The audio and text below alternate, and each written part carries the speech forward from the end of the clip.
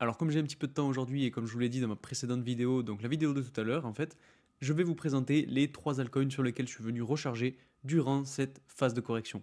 On a 3 altcoins qui sont ultra intéressants avec des niveaux de support très très clairs et qui peuvent rebondir tout simplement sur ce type de niveau-là. Donc techniquement, il y a des setups très propres avec des structures claires qui donnent des indices sur un potentiel retournement et c'est pour ça que je me suis positionné. Alors juste avant ça, je voulais vous faire un petit complément par rapport à ma vidéo de tout à l'heure parce que comme vous le voyez sur cette chandelle d'aujourd'hui, on a eu un joli rebond et en fait, je pense que c'est tout simplement dû au fait qu'on est allé chercher le gap CME qu'on avait laissé donc juste ici autour du 11 novembre. Donc avec la mèche d'aujourd'hui, on est venu le combler et je pense que c'est tout simplement pour ça qu'on a eu un rebond. Alors attention parce que si on regarde sur Bitcoin la tendance, on voit qu'en journalier, elle est toujours baissière et que malgré le fait qu'on ait eu un rebond, on n'est peut-être pas totalement sorti d'affaire. Donc ce serait bien évidemment très propre si on était venu simplement chercher le gap qu'on avait laissé juste ici, pour ensuite rebondir et ravaler toute la baisse qu'on vient de faire pour réintégrer le canal. Ça, ce serait vraiment parfait. Mais bon, encore une fois, attention, parce que je vous ai déjà fait l'analyse tout à l'heure, je ne vais pas la refaire ici. Mais en gros, on a quand même d'autres fair value gap à venir combler et un niveau de support. Enfin bref, si vous n'avez pas vu cette vidéo, je vous conseille d'aller la voir. Donc si jamais, je vous la mets en haut à droite et en description pour ceux que ça intéresse. Mais aujourd'hui, enfin en tout cas dans cette vidéo, c'est pas ça qui nous intéresse. Ce qui nous intéresse tout particulièrement, c'est 3 altcoins sur lesquels je suis venu recharger. Alors le premier altcoin sur lequel j'ai rechargé, c'est Torchen et son jeton Rune. Alors pourquoi je suis venu recharger? Tout simplement parce qu'en fait, il y a plusieurs éléments qui me font dire qu'on pourrait avoir un retournement de tendance. Alors pour ça, donc on va se mettre sur des chandelles hebdomadaires, donc des chandelles qui représentent une semaine. Et en fait, ce qu'on remarque, c'est que le prix est retourné chercher un niveau de support très très important qui était en fait l'ancienne phase d'accumulation après le bear market. Donc c'est une phase qui a été très longue, qui a fait douter beaucoup de monde, mais qui ensuite s'est soldée par une sortie à la hausse avec la recherche d'une résistance. Et aujourd'hui, en fait, on est retourné sur ce niveau de support. Et ce qui est intéressant par rapport à ça, c'est que quand on regarde sur des chandelles journalières, on avait donc une tendance baissière très claire qui était identifiée donc sous cette ligne blanche. À chaque fois qu'on venait taper dessus, vous voyez qu'on se faisait rejeter, jusqu'à arriver sur le niveau de support. Et là, en fait, on est en train d'accumuler. Et en plus du fait qu'on soit en train d'accumuler, on a réussi donc à casser la tendance baissière. Donc c'est très bon signe et en fait c'est tout à fait normal puisque tout simplement on est sur le niveau de support, donc c'est un gros point d'achat, il y a beaucoup de personnes qui rentrent et je pense qu'on risque potentiellement d'avoir une dernière petite mèche pour sortir toutes les personnes qui viennent de se positionner pour ensuite repartir à la hausse et donc faire un système de accumulation, manipulation, extension. En plus, quand on regarde le RSI en journalier, on est allé très bas, on est passé dans des zones de survente et on est en train de remonter. Donc là, il y a une petite divergence entre le prix et le RSI, puisqu'on a un RSI qui évolue à la hausse et un prix qui n'évolue pas à la baisse, mais qui est plus ou moins en train de stagner. Donc c'est plutôt bon signe et ça montrerait qu'on serait potentiellement en train de poser un bottom. Et donc si on retourne sur des chandelles hebdomadaires, on va voir ce que donnent les fair value gap. Et donc si on regarde les fair value gap sur par exemple la dernière poussée à la hausse qu'on a eue, eh bien on voit tout simplement qu'on est venu travailler le dernier fair value gap qu'on avait laissé juste ici autour du niveau de support. Donc ça c'est très très important. En plus, quand on regarde le RSI, une nouvelle fois, on est très bas. Donc en hebdomadaire, quand on a un RSI qui est très bas, c'est plutôt bon signe. En tout cas, c'est signe d'un potentiel retournement si le projet derrière la crypto-monnaie se porte bien. Et donc maintenant, en fait, tout simplement, on n'a que des fair value gap qui sont au-dessus de nous. Donc on en a un autour de 2,8, un autour de 4,2, même 4,3, un autre autour de 5,5 et un dernier autour de 8 dollars. Donc ce qu'il faut voir aussi, si on dézoome encore plus, c'est que on pourrait pourquoi pas tracer les Fibonacci. Donc les Fibonacci sur toute la phase de correction du bear market, voilà, à peu près comme ceci. Et donc quand on élargit un petit peu, on peut potentiellement identifier des targets. Alors vous savez, je vous dis souvent que généralement quand on a une phase comme celle-ci, ensuite on repart à la hausse et on va chercher les 0,618 de Fibonacci. Là, c'est quasiment ce qui s'est passé avec la sortie à la hausse suite à la phase d'accumulation, puisqu'on est allé chercher une zone entre les 0,5 et les 0,618 de Fibonacci. Et honnêtement, je pense que c'est tout simplement pas terminé. Si on arrive à avoir du rebond à ce niveau-là, déjà, on pourrait aller combler les 3 premiers fair value gap. Et ensuite, je pense qu'on va avoir un niveau de prise de profit très important autour des 8 dollars. Alors je m'explique. En fait, ce que je pense là-dessus, c'est que on peut potentiellement avoir une crypto-monnaie qui soit pas forcément dans les tops de sa catégorie et qui ne soit pas forcément une des catégories qui évolue le mieux. Et ce que je me dis personnellement, c'est qu'en fait, le niveau qu'on va avoir autour de 7 dollars ou de 7,5 dollars, il va être ultra important parce que ce qu'on pourrait faire tout simplement, c'est déjà de combler petit à petit toute la phase de correction, aller travailler tous les fair value gap qu'on a laissés, rejoindre le niveau de résistance autour des 7 dollars et aller chercher avec une dernière mèche le fair value gap qu'on a laissé juste ici sur les 8 dollars. Donc on serait venu chercher tout simplement le niveau de résistance, on serait sur une phase haussière, donc beaucoup de personnes potentiellement se mettraient sur le marché, rentreraient sur les altcoins et donc inévitablement Rune en profiterait. Et une fois qu'on serait arrivé sur la résistance, on aurait eu un RSI qui évolue à la hausse, qui passe dans des zones de surachat et qui petit à petit commence à corriger. Et donc je pense qu'à ce moment-là, on pourrait potentiellement avoir une divergence entre l'évolution du prix à la hausse et l'évolution du RSI à la baisse, ce qui nous indiquerait un potentiel sommet de marché. Et donc en fait, tout simplement faire un petit peu comme ce qu'on a fait juste ici, mais à une échelle un petit peu plus basse, puisque on viendrait faire une mèche comme celle-ci, qui viendrait chercher le fair value gap et qui ensuite serait ravalé et nous ramènerait sous le niveau de résistance pour repartir malheureusement à la baisse. Alors attention, je ne dis pas que ce sera la dernière correction, qu'on rentrera en bear market, etc. Je dis juste qu'on pourrait avoir un potentiel point de prise de profit, une zone d'intérêt à ce niveau-là. Et personnellement, c'est ce que je ferai. Là, quand on arrivera sur ce point-là, je pense que je prendrai pas mal de profit. Dans tous les cas, bien sûr, je vous tiendrai au courant de tout ce que je fais sur Telegram. Et bien évidemment, il faudra voir où en est le RSI, parce que je pense que c'est l'un des indicateurs qui nous montrera tout simplement la tendance du marché. Si on n'est pas du tout en zone de surachat et qu'on a un RSI qui évolue tout doucement à la hausse, là, pourquoi pas se dire qu'on irait chercher plus haut et qu'on irait, pourquoi pas, déjà aller chercher la résistance autour des 12 dollars et pourquoi pas même encore plus haut si tout va bien, aller chercher même un ATH. Mais par contre, si on a un RSI qui est déjà très haut dans des zones de surachat, là, on pourrait s'attendre à un retournement de tendance. Donc si on essaye de le tracer, pourquoi pas. Alors c'est vrai que ça fait beaucoup de lignes, je vais peut-être supprimer quelques lignes.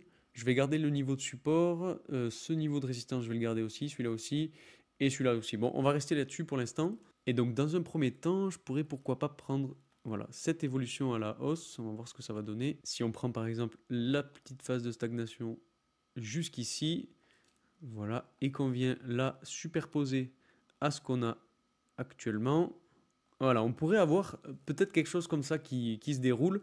Donc là, bon, on pourrait l'étendre un petit peu plus pour aller chercher le fair value gap avec la dernière mèche. Et ensuite, derrière, prendre une correction un petit peu comme celle qu'on a eue juste ici. Allez, on va prendre cette mèche-là, cette phase de correction. Hop, on va venir la mettre juste ici.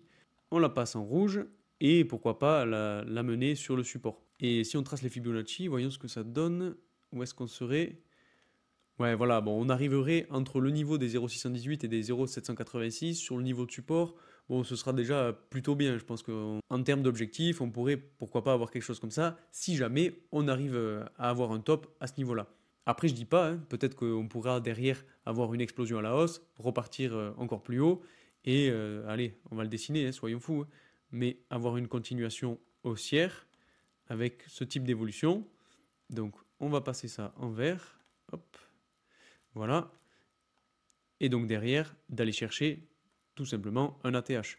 Et si on essaye justement de pousser plus loin l'analyse, hop, on met les Fibonacci sur toute la phase de correction. Et donc on aurait un objectif, allez, on va le tracer comme ceci, sur la fin d'année 2025, qui nous amènerait, pourquoi pas, sur les 34 dollars si le prix évolue bien. Après, on aura un objectif autour des 55 dollars, mais là, je vous avoue que, bon, c'est déjà un petit peu plus compliqué. En tout cas, pour l'instant. Donc, pour moi, le premier... Alors, je vais faire un peu de ménage parce que là, ça commence à être un peu illisible. Voilà. Donc, ce que je disais, pour moi, le premier objectif de prise de profit, ce sera ce niveau-là, autour des 7 dollars.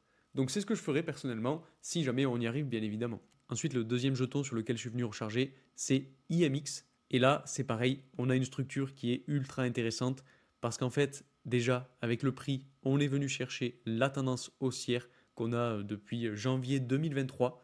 Donc c'est très très intéressant. Et en plus, on a un RSI qui est très bas. Donc le RSI n'est pas forcément dans des zones de survente, mais ce qui est intéressant, c'est qu'en fait sur le prix, donc toujours avec des chandelles hebdomadaires, on est allé chercher en dessous de la tendance baissière pour, à mon avis, aller chercher au maximum les personnes qui s'étaient positionnées en longue, donc faire sauter les stop loss sous cette tendance et ensuite repartir. Là, vous voyez, la semaine c'est bien terminé puisqu'on a une chandelle verte. Et si on passe sur du journalier pour voir ce que ça a donné, hop, on voit qu'on allait chercher juste en dessous, donc le 24 février, le 25 on a bien ravalé et on est repassé au-dessus. Et ça me fait penser à quelque chose, peut-être que, en fait, ouais voilà, on est allé chercher tout simplement le plus bas de la semaine dernière. Alors bon, c'était facile parce que on était sur une tendance baissière et maintenant on est en train de rebondir. Donc pourquoi pas, le prochain objectif, c'est le plus haut de la semaine passée, donc autour de 0,86 $. Ça, ce serait un objectif à court terme, mais bon, actuellement, on n'est pas en train de parler de court terme, donc on va enlever ces éléments-là, on va mettre les fair value gap et on va passer en hebdomadaire. Donc ce qu'il faut voir, c'est que en plus du fait qu'on soit venu chercher les stop loss, on est allé chercher aussi un fair value gap. Alors attention, parce qu'il y a aussi un monde où le prix continue de corriger et fait comme rune pour aller chercher le dernier fair value gap pour ensuite poser un bottom et repartir. Mais honnêtement, c'est pas ce que je pense, donc c'est un parti pris. Hein. Maintenant, à vous de voir ce que vous en pensez. Moi, je me repositionne à ce niveau-là. Bon, je mets pas non plus tout mon bag, hein. Bien évidemment, il faut savoir gérer ça aussi, parce que si on vient à continuer à corriger, personnellement, je m'attends à ce qu'on retourne chercher les 0,43 $. Et là, tout simplement, je remettrai une partie de mon capital. Enfin bref, dans tous les cas, si on arrive à poser un bottom sur ce niveau de support qui est la tendance haussière, on a déjà dans un premier temps le fair value gap juste au-dessus de nous à aller chercher, la zone symbolique des 1 $. Ensuite, attention parce qu'on aura sûrement un gros niveau de résistance entre 0,15 $ et 0,25 $. Mais bon, dans tous les cas, si on commence à repartir à la hausse, je pense que tous ces niveaux de résistance qu'on a laissés en fait sur toute la phase baissière, on risque de facilement aller les chercher. Et donc, comme vous le voyez, en fait, on n'a pas d'autre fair value gap. Donc, le prochain objectif pour moi, c'est le plus haut sommet du 2 décembre, en fait, de la semaine du 2 décembre, qui sera décisif parce qu'en fait, il va montrer si oui ou non on arrive à repasser sur une tendance haussière, puisque là, vous le voyez, en fait, on est sur une tendance baissière. Donc, alors, je vais le tracer peut-être un petit peu mieux, comme ça, ce sera plus visible. Mais en gros, voilà, si on arrive petit à petit à aller combler le fair value gap, à passer au-dessus de la résistance, à batailler un petit peu et à casser en fait l'ancien plus haut, justement, voilà, du 2 décembre, là, je pense qu'on pourra tout simplement dire qu'on repart en tendance haussière et il faudra voir ce qu'il en est, où est-ce qu'on en est en fait dans la temporalité, parce que ce sera très important à voir là aussi. Si par exemple on arrive à casser la tendance haussière en fin d'année, peut-être que les altcoins auront moins de force pour performer et donc IMX ira pas plus haut que les 2,6 $, parce que les 2,6 $, attention, il y a aussi une résistance qui est très importante, qui fait partie aussi d'une de mes targets. Donc un petit peu comme pour Rune, on a une target qui est, on va dire, un petit peu plus safe, autour des 2,6 $ pour le coup. Et si on trace les Fibonacci, alors je vais enlever tout ça, voilà. Donc si on trace les Fibonacci par exemple sur toute la phase de correction qu'on vient de connaître, on aurait donc voilà les 0,618 qui arrivent quasiment sur les 2,6 $. On est sur 2,5 $. Donc vous voyez que c'est pas si déconnant que ça d'avoir une poussée à la hausse comme celle-ci qui nous fasse aller chercher ce niveau-là. Donc si on les trace, on pourrait avoir donc, allez, on va prendre toute cette phase-là. Hop, si on vient la repositionner à ce niveau-là, on pourrait avoir quelque chose comme ça. On bataille à ce niveau-là. Et après, soit on corrige un petit peu, on retourne chercher l'ancien niveau de résistance et on repart à la hausse. Soit, malheureusement, on n'a pas de force autour de ce jeton et on vient corriger. Dans tous les cas, pour moi, ce sera la première zone d'intérêt. Mais maintenant, si on a de la force autour de ce jeton, on pourrait pourquoi pas aller un petit peu plus haut. Et vous voyez que en fait, les Fibonacci que j'ai tracés, on a la première extension qui se situe pile sur la résistance que j'avais tracée et la deuxième quasiment à la TH. Donc on a quelque chose qui est assez propre là-dessus et qui pourrait tout simplement nous aider à analyser les choses. Donc si on a un projet qui évolue bien, qui marche bien, qu'on est en pleine explosion sur les altcoins à ce niveau-là et qu'on a un IMX qui est autour des 2,5, là on pourrait se dire que pourquoi pas on pourrait continuer d'évoluer à la hausse, aller chercher la résistance et petit à petit, pourquoi pas aller chercher même les ATH. Maintenant, je pense que ce sera à voir en fonction du momentum, mais dans tous les cas, personnellement, ce que je ferai, c'est que je prendrai des profits à ce niveau-là.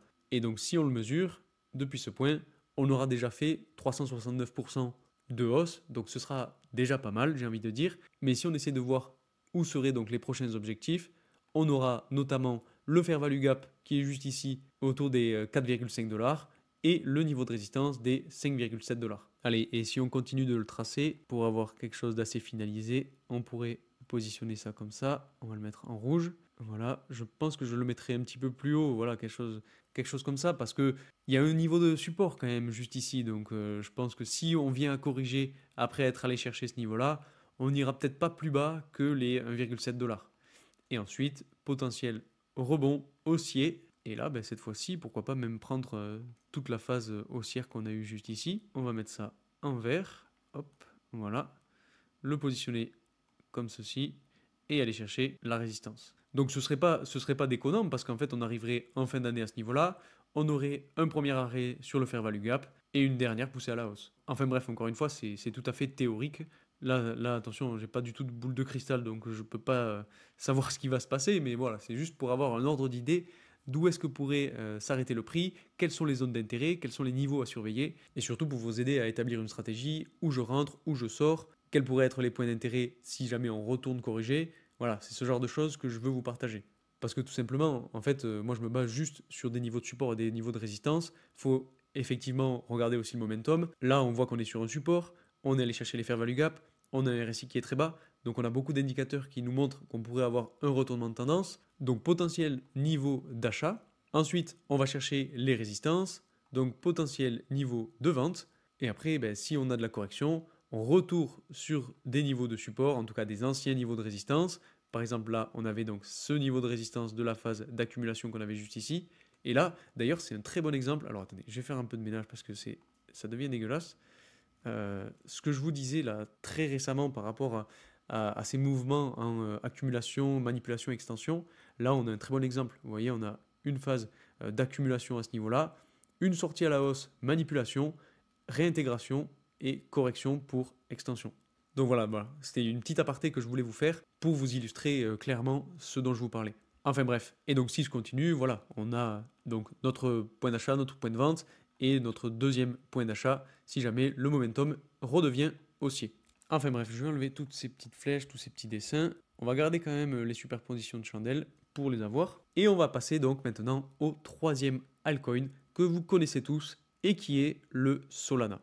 Alors, je vous en ai parlé sur Telegram, c'était hier soir, il me semble, ou avant-hier, je ne sais plus. On était venu chercher donc ce niveau de support, où on était quasiment venu le chercher, et je vous disais qu'en fait, on était vraiment pas loin d'avoir un retournement et de créer un bottom.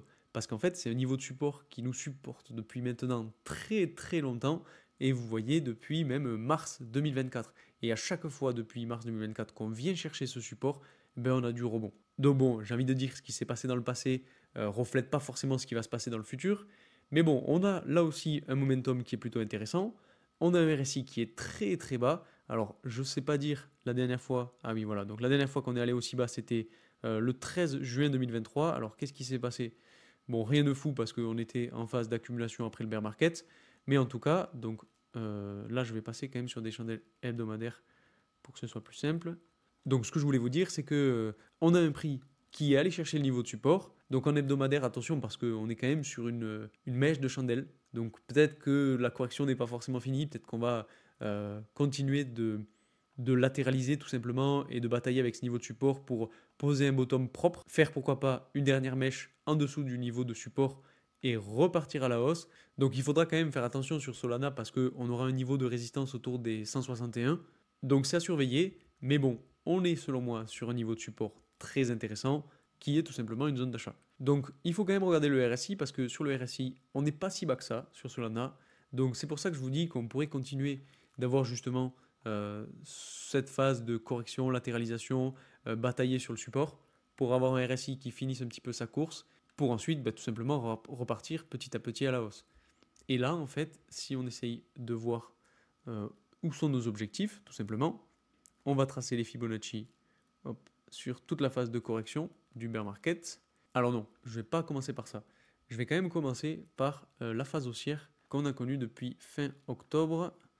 Voilà, jusqu'ici, parce que le plus important, bon, c'est quand même de voir où est-ce qu'on va rebondir avant d'avoir nos objectifs. Et donc, si on trace les Fibonacci là-dessus, on voit qu'en fait, le niveau de support, c'est le niveau des 0,618 de Fibonacci. Donc, on y revient encore une fois. On a un support très important qui a fait rebondir le prix à de nombreuses reprises.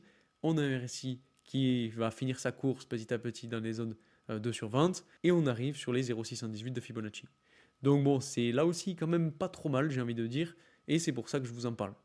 Donc maintenant qu'on a vu ça et qu'on peut potentiellement estimer qu'on aurait un rebond là-dessus, on va aller voir où seraient nos prochaines targets. Alors je vous en avais déjà parlé sur Solana, donc je vais peut-être un petit peu me répéter, mais en gros, si on prend les extensions de Fibonacci, on aurait pourquoi pas un premier objectif autour des 400$ et un second autour des 650 voire 700$.